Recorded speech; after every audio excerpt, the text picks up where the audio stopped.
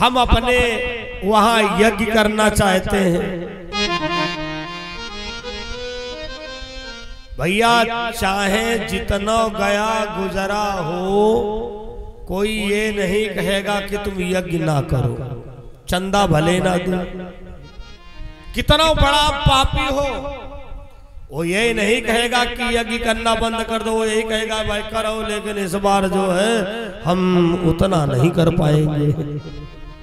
अब भगवान को लेना होगा तो उससे दूना ले लेगा। बात ये भी है, जीवन में परीक्षाएं बड़ी आती हैं, मुश्किलें बड़ी आती हैं, और परमात्मा को जिसका अंश जितना लगवाना होता है लगवा ही लेता है। अब भाई धर्मराज जी ने काम यज्ञ करना चाहते हैं, और वो भी द्वारिकाधीश महाराज से। भगवान ने कही तो बड़ी उत्तम बात है। धर्मराज ने कहा उत्तम तो बात है, लेकिन हमारे पास है कुछ नहीं। हम धन से भी कमजोर हैं और पावर से भी कमजोर हैं। हस्तिनापुर की शासन सत्ता कौरवों के पास में है, भैया दुर्योधन के पास में है। हमारे पास क्या है, 5 भैया हैं और आप हो। भगवान मुस्कुराए, कहते धर्मराज इसी में तुम्हारी विजय है। पागल कौरवा, जब मैं दुर्योधन के पास में गया, मैंने कहा दुर्योधन हमको लोगे कि हमारी सेना को लोगे? दुर्योधन ने सोचा इनको लेकर के हम क्या करें, तो अपाहिज है। हाँ, हमने ठड़िया भाषा में बोला अपाहिज। ये दुर्योधन की मानसिकता बोल रहा हूं। क्यों? भगवान ने महाभारत में वचन दिया है, जो मैं एक बाप को सबल सपूत हुई हूं, तो काहू प्रकार अस्त्र कर में न धारी हो। भाखत का हो भीषम धारणा, रखो चित्त न्याय युद्ध में, पक्षपात ना विसारी हो। ये मैंने दुर्योधन की मानसिकता बताई कथा प्रेमियों। भैया वो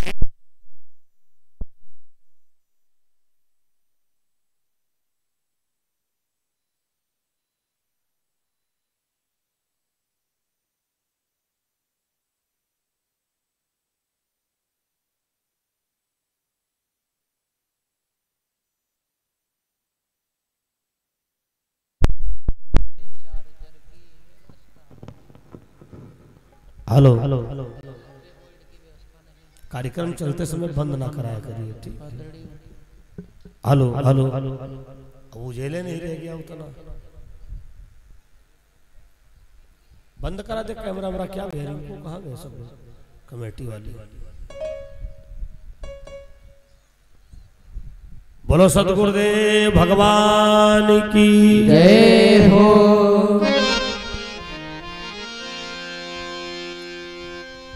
भगवान श्याम सुंदर ने कहा धर्मराज,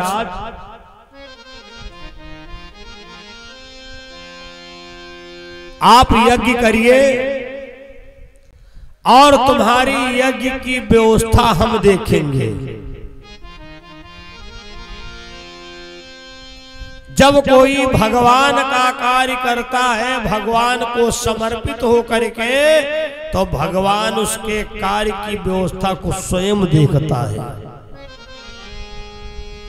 जिसने अपनी सौंप दी प्रभु के हाथों डोर, कभी उलझ सकती नहीं, पकड़े नंद किशोर। भगवान ने कहा धर्मराज, तुम्हारी यज्ञ की व्यवस्था हम दिखवाएंगे। धर्मराज जी से कहा तुम अपनी यज्ञ देखो जाकर। और इधर भगवान ने विश्वकर्मा महाराज को बुलाया। ए विश्वकर्मा जी, हमारे धर्मराज जी यज्ञ करने जा रहे हैं और उस यज्ञ का डेकोरेशन का ठेका हम तुमको दे रहे हैं। जैसे श्याम पिहानी वालों को कमेटी ने साउंड टेंट डेकोरेशन की व्यवस्था सौंप दी। अब यहां से लेकर के यज्ञशाला तक पूरी सजावट कर रखे हैं। भगवान ने कहा विश्वकर्मा सजावट कुछ अलग तरीके की होनी है। विश्वकर्मा जी ने कहा कैसी होनी है? भगवान ने कहा जो यज्ञ में गड़बड़ी करने वाले आवे उनको दूसरी तरीके के दिखे, जो यज्ञ के समर्पित होकर के आए उनको सही दिखे। विश्वकर्मा जी ने कहा मतलब? कहा जो यज्ञ में गड़बड़ी करने आवे तो उनको जहां पर रोड है वहां पर तालाब दिखाई पड़े, जहां तालाब है वहां पर रोड दिखाई पड़े, ऐसी सजावट करवाओ। भैया विश्वकर्मा महाराज जी ने वैसी ही सजावट करवा दिया। भगवान ने एक और निर्देश दिया है, धर्मराज तुम यज्ञ करने जा रहे हो, यज्ञ कार्यकर्ता लोग इस हेडिंग को बहुत ध्यान पूर्वक सुने। यज्ञ आयोजक के लिए ये नहीं कि हमारी इनकी बोलचाल है तो इनसे यज्ञ हम ना कहें। तुम यज्ञ करने जा रहे हो, यज्ञ माने भगवान का काम करने जा रहे हो। अब भगवान के कार्य में कोई वाद विवाद नहीं, कोई गांव को परपंच नहीं, कोई गांव का गिल्ला शिकवा नहीं। जो ही सामने पड़े तुमको कहना भैया यज्ञ है। अगर कहोगे नहीं तो तुमको दोष लगेगा, और वो नहीं आएगा तो उसको दोष लगेगा। अच्छा उस बेचारे ने तुमको दल दिया और तब भी तुम इतने घमंडम चोर तुम यज्ञ में नहीं पहुंचे। ये भगवान धर्मराज जी का निर्देश, धर्मराज को निर्देश दिया है। कथा प्रेमियों यज्ञ की सजावट होने लगी, निमंत्रण कार्ड बंटने लगे। दुर्योधन अपने मामा शकुनी के पास गया, मामा मामा हाय पांडवा यज्ञ करवा रहे हैं। शकुनी ने कहा भैया जमाना ही खराब हुआ है, घर में खाए के ना यज्ञ करवा रहे हैं। दुर्योधन ने कहा मामा एक और खुशखबरी बताएं, पांडवा पागल हो गए हैं, उन्होंने कोषाध्यक्ष हमको बना दिया है। अरे जो 1 रुपया मांगेगा उसको 100 रुपए दूंगा, जो 100 मांगेगा उसको 10,000 दूंगा। लेकिन दुर्योधन को ये नहीं पता है भगवान ने कोषाध्यक्ष इसको बनाया क्यों है। क्योंकि दुर्योधन की भुजाओं पर लक्ष्मी का निवास है। ये जितना खर्च करेगा अगले दिन दान पात्र में उससे दूना भरा निकलेगा। सब आपस में खिचड़ी पकाते चले आ रहे हैं, हाय दादा यज्ञ करवा रहे, हाय दादा यज्ञ करवा रहे। और जैसे गेट के पास में पहुंचे भैया दुर्योधन की पुतली चेंज हो गई। अच्छी खासी डामर रोड, और इसको क्या दिखाई दिया, अरे आगे तो पानी भरा है। सब निकल गए, दुर्योधन मुड़ गया, आगे पैर बढ़ाया, गांठियों तक पानी आया। अरे ये कैसी माया पांडवों ने रची है, ये छलिया किशन की ही लीला है कि हमारी आंखें बता रही बढ़िया रोड है, हम पानी में खड़े हैं। बड़ी विचित्र बात, आपकी आंखें बता रही हो डामर रोड है और आपको लगे कि हम पानी में खड़े तो यही कहोगे हाय भगवान हम पागल हो गए क्या। धीरे धीरे पानी भैया दुर्योधन के मुंह के सामने तक आ गया। द्रौपदी छत के ऊपर बैठी थी, बालों को सुखा रही थी और अपनी हंसी नहीं रोक पाई। मैं सुनती थी पर सन्मुख है, अरे जैसों के तैसे होते हैं।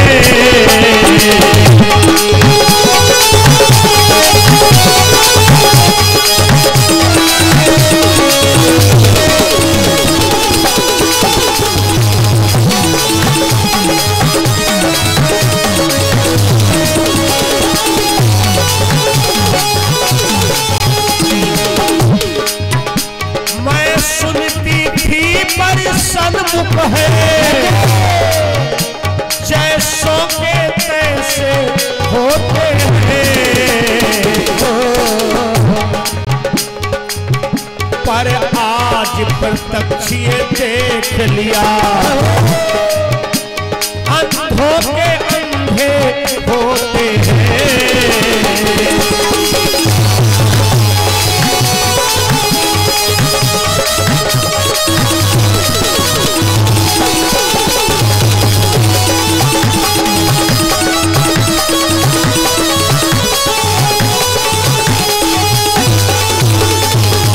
देखो देखो, अरे मैं तो सुना करती थी जैसों के तैसे होते हैं, लेकिन आज मैंने प्रत्यक्ष देख लिया है, अंधों के अंधे हुआ करते हैं।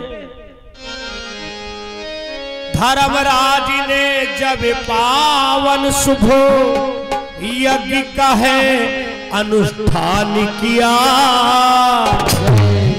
अंधों के अंधे होते हैं, द्रौपदी ने अपमान किया।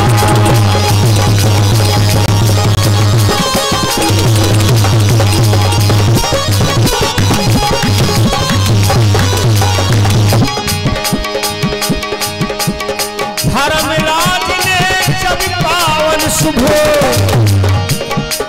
यज्ञ का है अनुष्ठान किया,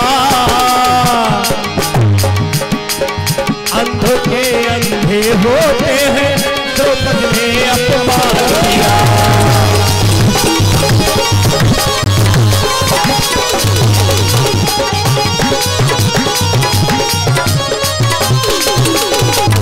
दुर्योधन के अपमान का बाण जैसे सीना में भाला चुभ जाए, चला तो आया और अपने मामा शकुनी से कहता है, मामा द्रौपदी ने बहुत बड़ी बेइज्जती किया। शकुनी ने कहा, भांजे चिंता मत कर, एक बार अगर ये पांडवा हमारे चंगुल में आ पाए, फिर इनको बिल्कुल हम बर्बाद करके छोड़ेंगे। दुर्योधन और शकुनी महाराज धृतराष्ट्र के दरबार में गए। संजय ने कहा, महाराज दुर्योधन की हालत दिन पर दिन बिगड़ रही है, पता नहीं क्या बात है। महाराज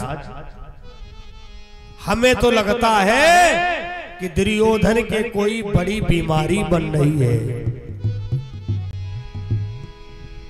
महाराज धृतराष्ट्र ने कहा, बेटा दुर्योधन चिंता हो किसी छिपे रिप की,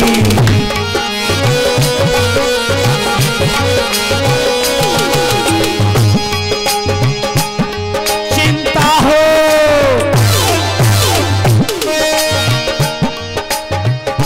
किसी छिपे रिप की, तो धावा करके हरा डालो। यदि अंदर हो कोई रोग दोष, करके दवा मिटा डालो।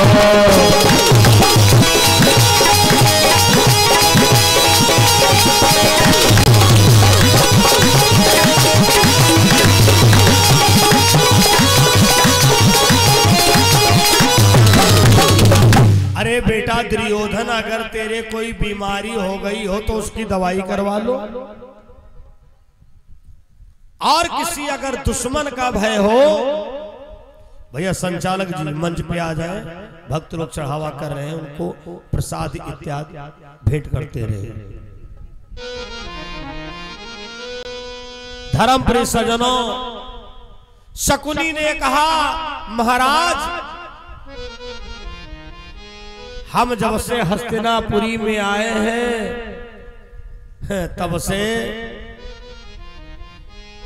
आपस में लड़ाई भिड़ाई ही देख रहे हैं।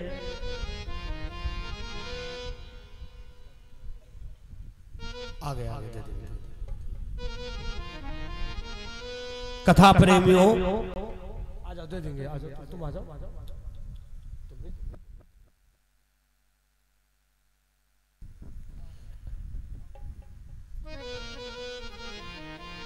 बोलो रामचंद्र भगवान की जय हो।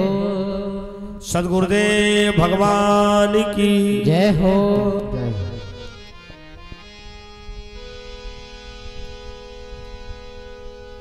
आज इस समय शकुनी ने कहा महाराज हमारा मन करता है कि कौरव पांडवों को एक जगह बैठाल कर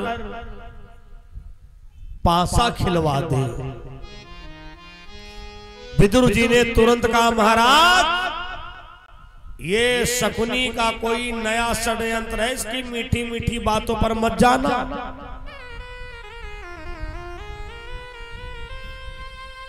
ये पासा वासा खेलना कोई बढ़िया बात नहीं है। शकुनी ने कहा देखा दुर्योधन, ये दासी वाला विदुर नमक तो हम लोगों का खाता है लेकिन भला पांडवों का चाह करता है।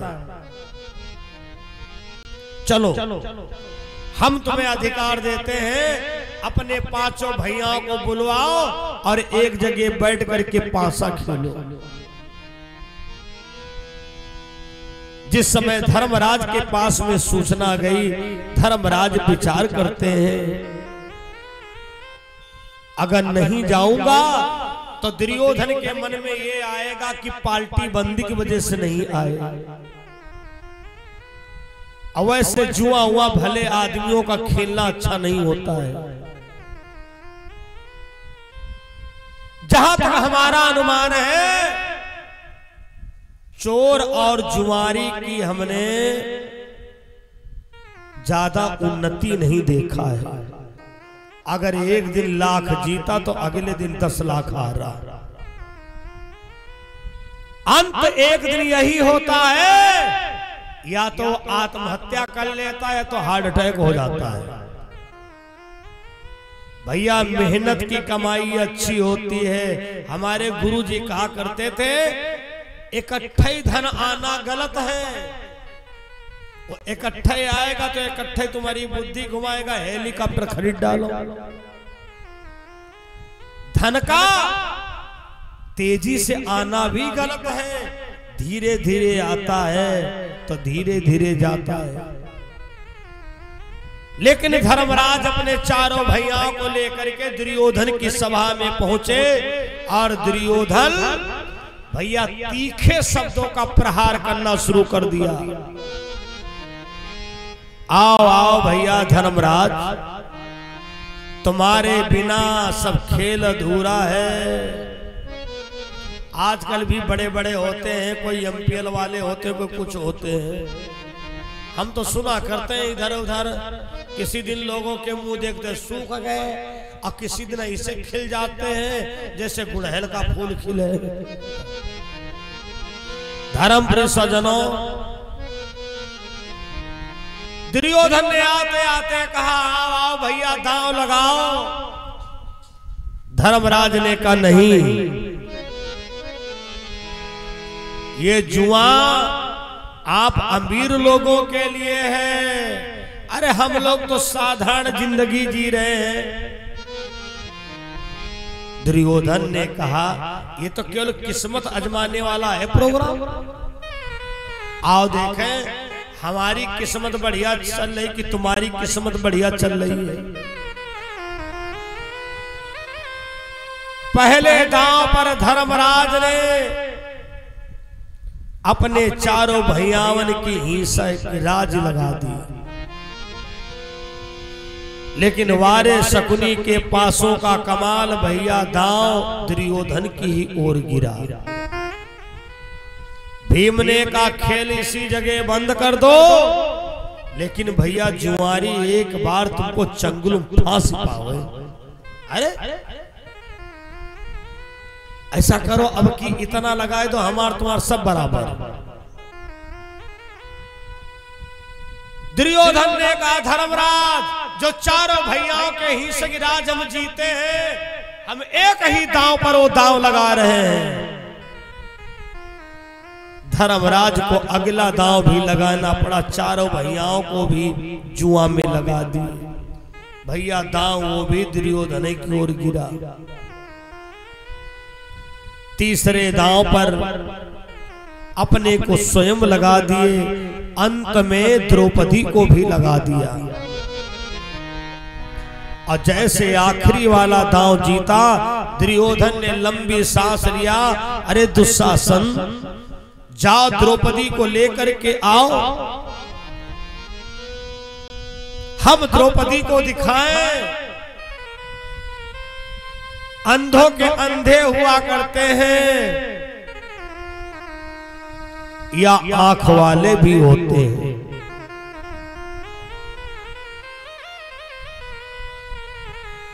जिस समय दुशासन द्रौपदी के पास में गया और कहा द्रौपदी बहुत बढ़िया खबर लाया हूं, द्रौपदी ने कहा भैया क्या खबर लाए हो?